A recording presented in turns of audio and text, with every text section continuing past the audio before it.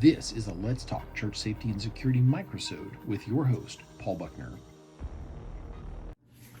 Hey, sheepdogs. I just wanted to take a moment and talk about something that happened recently, and I've still been kind of digesting it over the last few days. I was working with a business, and a gentleman was injured on site, works for the company, and ended up lacerating his face and was going to need stitches to his face and skinned up and was bleeding from several places just due to an injury that happened while working on the property. And they had a basic first aid kit. It was more than the first aid kit could handle. And I was able to run out to my vehicle and grab my trauma bag. And that got me thinking about a couple of things. So number one, I had the gloves right there and he was bleeding pretty good. I was able to cut the some of his clothing back because some of his clothing was ruined, and I asked permission and he's like, absolutely, these are ruined. And it let me get a look at his knee and different things like that. So in the course of that, it got me thinking about a couple things, as I said. Number one,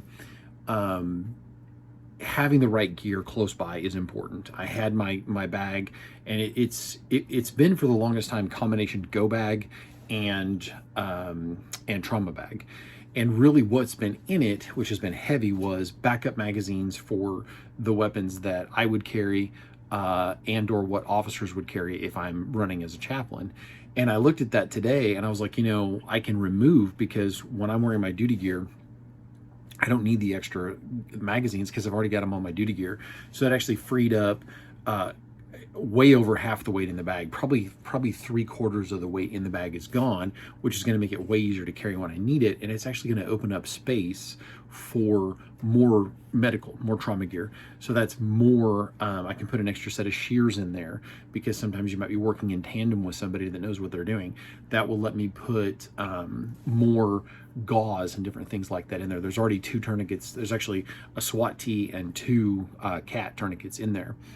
So, but it also got me thinking about things. I can actually grab some things that would be more like steri strips and butterfly type bandages, things like that are lesser degree things. And I could actually carry one side trauma of this bag that folds open and has a strap.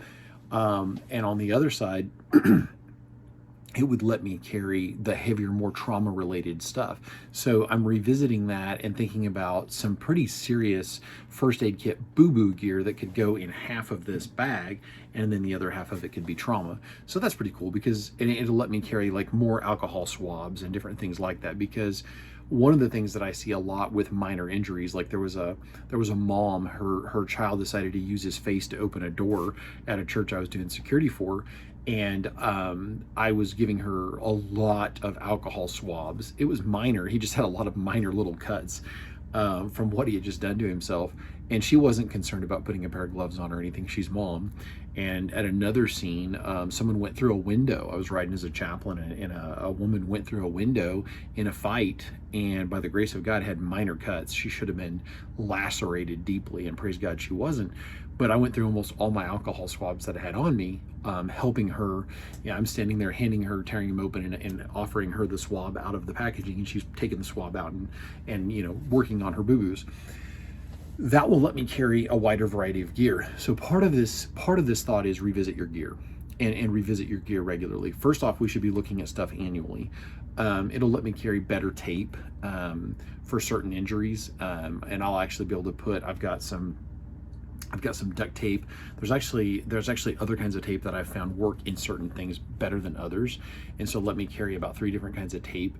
And also, going back to this facility, the facility that I was at has, think country club, basically. Think country club, pool, amenities, different things like this.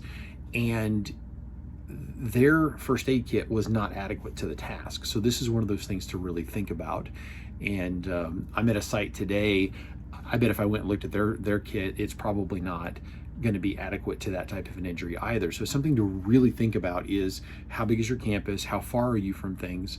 And do you have trauma gear when you go to events or different things like that to affect? Because I bet where I'm at, I bet we're 20-25 minutes from the nearest ambulance.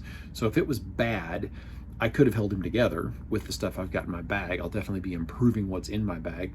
But even at this facility that I'm at today, the stuff that's in there, wherever their government required, state required wall mounted first aid kit is probably not adequate to that task. We really need to think more and more about putting a trauma cabinet or something. I mean, this is a lockbox behind me that has nothing to do with that, but something like that on the wall right next to the first aid kit. And then in our kitchens, we really need to have burn kits. And that's something that 2 times at a church I did security for, 2 separate occasions in 2 different kitchens. It was a large enough church, they had 3 kitchens. They ended up with incidents where people were burned in the kitchen and we had immediate access to a burn kit. So number 1, revisit your gear. Your gear changes and your needs change. How your loadout on your body changes, and how that works changes.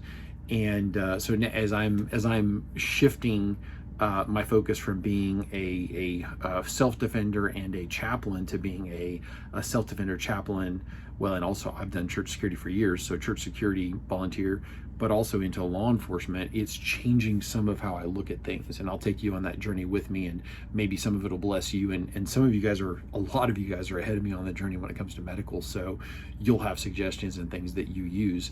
I've actually had people suggest things by private message or just commenting that I've researched and gone, oh wow, that's good stuff, I'm going to use that. So I was able to help that gentleman the other day with his medical incident, and was able to help him get medical care. He was able to pursue it, and I'm sure with some of the lacerations to his face that he's going to need some pretty significant stitching. So as always, may the Lord bless you and keep you. May his face shine upon you. Remember Semper Disciplina, that lifestyle of discipline training. And in this case, remember to keep your powder dry. Keep you, your equipment, and the things that you use to rescue others, keep it in good shape. God bless. If you enjoyed this microsode, check out the video and audio versions of the Let's Talk Church Safety and Security podcast.